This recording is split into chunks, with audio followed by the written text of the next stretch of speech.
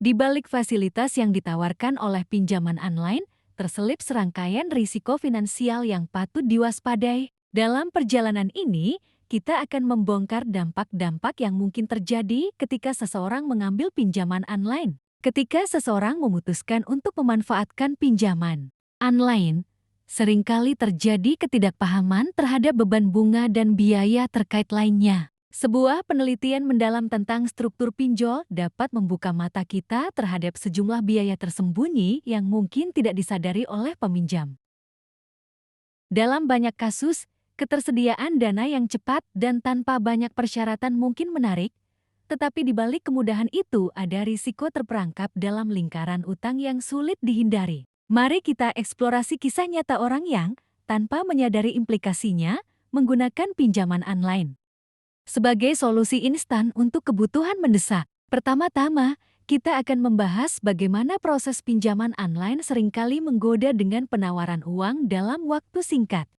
Tetapi pada saat yang bersamaan mengharuskan peminjam untuk membayar kembali dengan bunga yang tinggi. Melalui kisah ini, kita akan memahami betapa pentingnya membaca dengan cermat syarat dan ketentuan sebelum menandatangani kontrak pinjaman.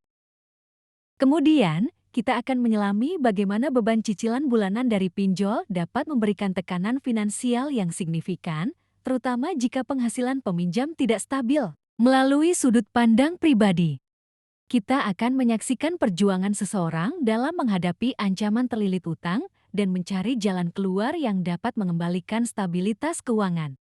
Dalam narasi ini, kita juga akan membahas dampak psikologis dari beban utang yang terus-menerus. Kesehatan mental peminjam seringkali terpengaruh oleh tekanan finansial, dan melalui pengalaman ini, kita dapat melihat bagaimana siklus utang dapat menciptakan lingkaran setan yang sulit untuk ditembus.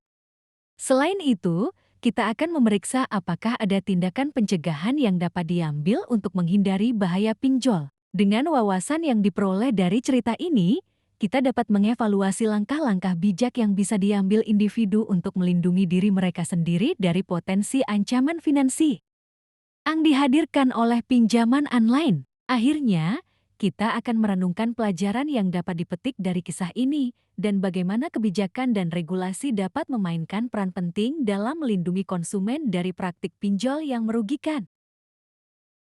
Kesimpulan ini akan memberikan sudut pandang yang lebih luas tentang peran masyarakat dan pemerintah dalam menciptakan lingkungan keuangan yang aman dan adil.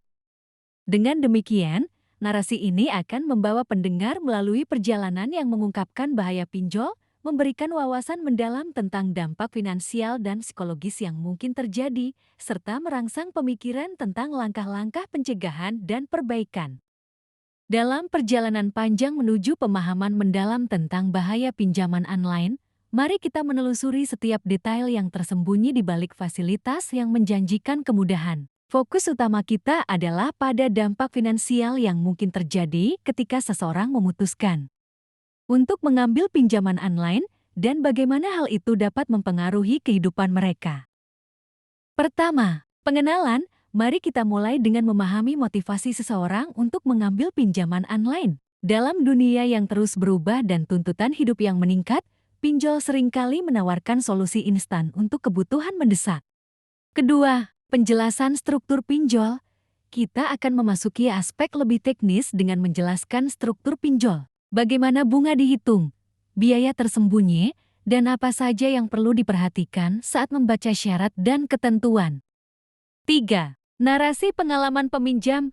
Sekarang, kita akan merangkul pengalaman pribadi seorang peminjam. Bagaimana keputusan mereka untuk mengambil pinjaman online mengubah dinamika keuangan pribadi mereka.